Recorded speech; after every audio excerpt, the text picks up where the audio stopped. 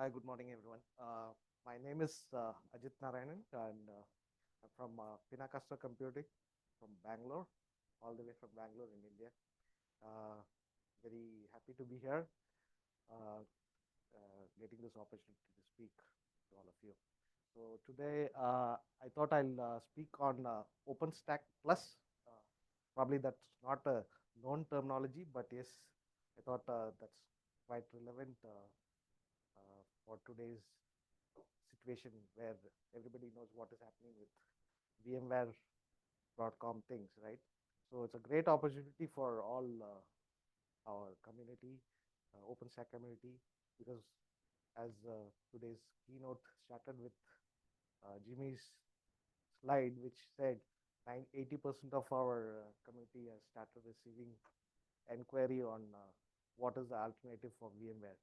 So this is a perfect relevant topic, which I think will make sense for today's scenario. So this is all about my company called Pinakasha Computing, which is based in Bangalore. So we are all about OpenStack and Ceph, uh, OpenStack and an OpenStack. That's it. So we've been here for last 3 years, and these are the things which we specialize on. So specifically, our focus is on building private cloud infrastructure for academia, enterprises, and research organizations. So as a small startup, we have just started off with a few opportunities and looking forward to capitalize this particular scenario. Again, going back to this VMware Broadcom story. So the topic is OpenStack Plus. So we just added a plus wherein just to highlight OpenStack Vanilla Plus. So a lot of inquiries are coming up from enterprises looking for alternatives for VMware, right? So that is having said that, uh, this presentation is all about a few things which few pointers which you would encounter the moment you start sitting uh, in front of an enterprise explaining things. How good OpenStack would be as a replacement for VMware. So it's a huge exhaustive list, but I'm not touching upon all the complete points, but trying to highlight few things which would be the ready questions when you start talking about this VMware alternative. And if you are positioning OpenStack, these are the things which enterprises would definitely would look for. So just to start with, yes, few things which you need to look at the OS levels, because everywhere enterprises don't want a single point of failure, which will bring down their production workload and which is business critical and which will cost in millions. So these are few questions. Yes, they will look for answers from each one of us who are positioning OpenStack as a VMware alternative. So we should be ready to answer at every level. Yes, this is what we can do and make sure that is a robust cloud platform which can replace your VMware. So starting with the operating systems, yes, as you know, OpenStack can support multiple operating systems, but still we should be aware of which operating system we are using, we are suggesting, and what kind of high availability features or this can be enabled in the operating system level. So just few things, starting with the security of the operating system. Yes, there are mostly we opting for open source operating systems, but we should be aware of how this operating systems can be hardened, and CIS benchmarks is something which is primarily referred to make sure that our operating systems are hardened enough. The next is the SE Linux and Uppermore firewall rules, which can further add a filter layer for your security in the operating systems. And the next would be passwordless SSH. SSH based authentication to the servers. Again, that is adding up to another layer of security. in terms of operating system, and there should be a mechanism of kernel live patching, either offline or online. It could be mostly they would prefer offline patching mechanism, making sure that the kernels and security updates are up to date happening. So these are the things which we should be able to convince an enterprise customer and make sure they are convinced. So that's at the operating system level. The next is at the compute node redundancy failover. So this would be something which they would be very much interested in, knowing how in uh, worse situations, how their workloads can be migrated to the surviving nodes in worst case scenario. So there are multiple things like live migrations. In case of any planned maintenance activities, yes, live migrations will help, wherein we can easily move the virtual machines to the across the compute nodes so that the maintenance activities can be done in rolling fashion. And the other one would be the worst scenario wherein you lose a compute node and you have the compulsion of moving the virtual machines to a surviving node. So that's called evacuation. Yes, both features we have. There are few prerequisites for enabling this, making sure that we have a shared storage backend for all these VMs so that these features can be enabled. And we have a very good distributed workloads wherein we configure placement of scheduler filters for Nova properly, and so that our workloads are evenly placed in these compute nodes. And the other one is on the, actually it shouldn't be in this slide, but again, redundant NX, where we have enabling the bonding of our Ethernet cards and the compute nodes, which has two advantages. One is doubling our bandwidth. The other one is being fault tolerant. So being fault tolerant, if there is any issue with the Ethernet cards, yes, you don't have an issue. The cloud keeps up and running. And another thing is on the bonding. Yeah, that's about so these are few things, not the full list of things, but few things which definitely will help us convince, yes, these are the features available in OpenStack as well, which we can and looking at the controller nodes, yes, we have to have we are seeing the redundancy in multiple layers, starting from the load balancers and floating IPs, the HA proxy and keep alive, all those things, because we are always suggesting a 3+ controller nodes for an production grade setup. So these services like HA proxy, keep alive will help us in load balancing as well as keeping up and running the presentation layer. Next is the API service layer. Yes, again, you have multiple controllers. These API services should be across uh, multiple controllers. The first layer helps you in building the backend for the API layers. Now, coming to the core services like the databases, which is probably Galera cluster, or sorry, MariaDB or MySQL, and messaging service like RabbitMQ. These also are built as clusters, again bringing helping us with high availability.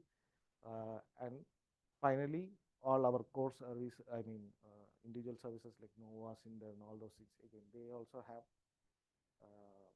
redundancy created across multiple control nodes. So if you look at different layers, yes, we are building redundancy so that there is no single point of failure at any of these layers.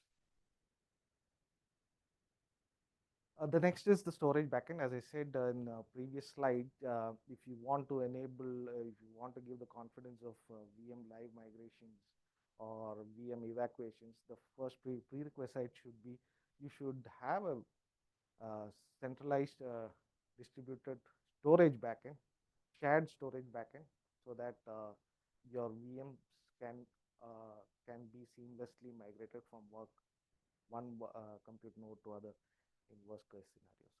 So Ceph is something which is uh, more appropriate in this scenario. Okay, so we also suggest having a Ceph as a distributed storage backend for such production grade environments. So Ceph cluster, yes, we can enable it with replications, wherein each objects created in Ceph storage will have minimum of 3 replicas across physical nodes, which will help us in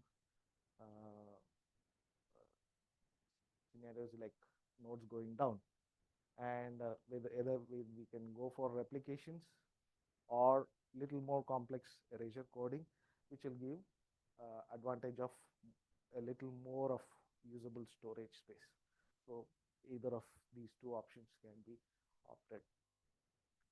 Then the other one would be the multi-site replication. Yes, natively Ceph easily helps us to build these cross-site, multiple site replications, so that one Ceph cluster uh, uh, can be completely replicated to another site, and asynchronous replication keeps happening.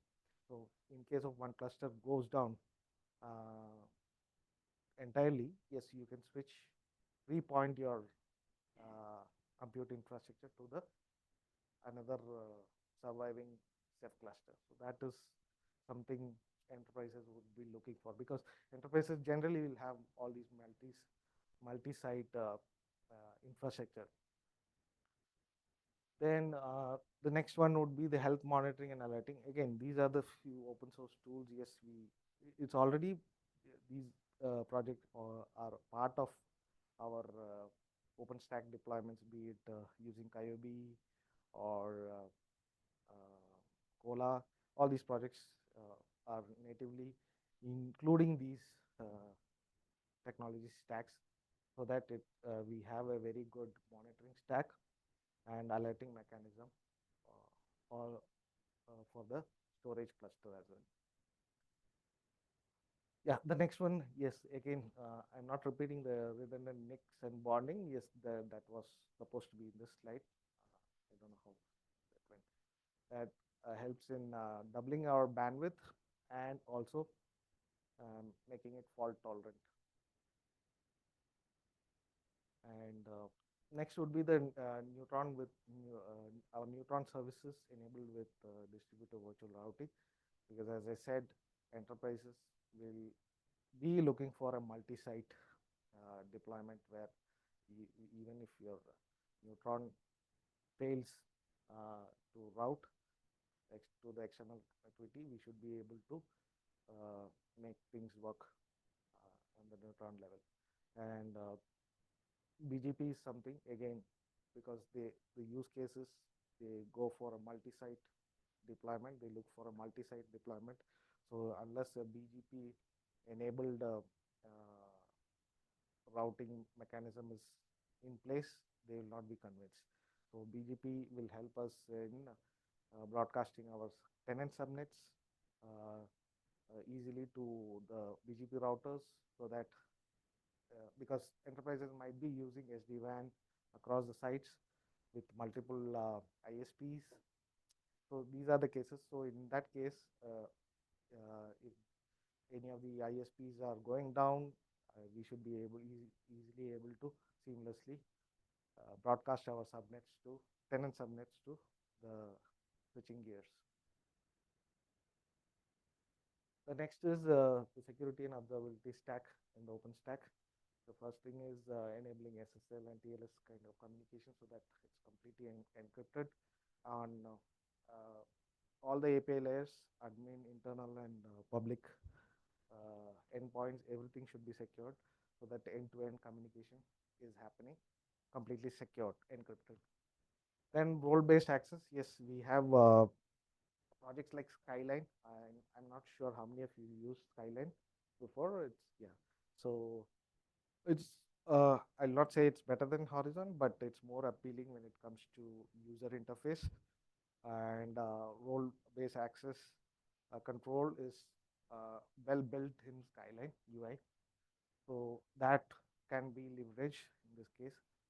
And the other one would be the centralized logging, because as our cloud cluster grows, it's very difficult for the operations team to manage, to identify, troubleshoot in case of any issues.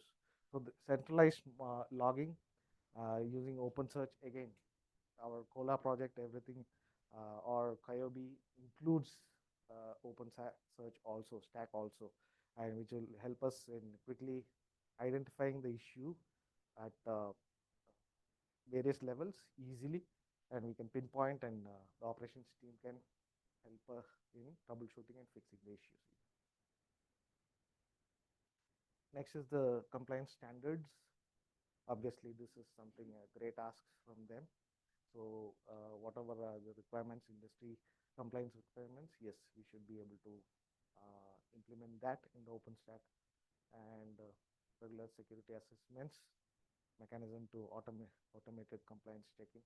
So if these tools are deployed, yes, that also helps us in building a robust enterprise grade OpenStack setup for a customer.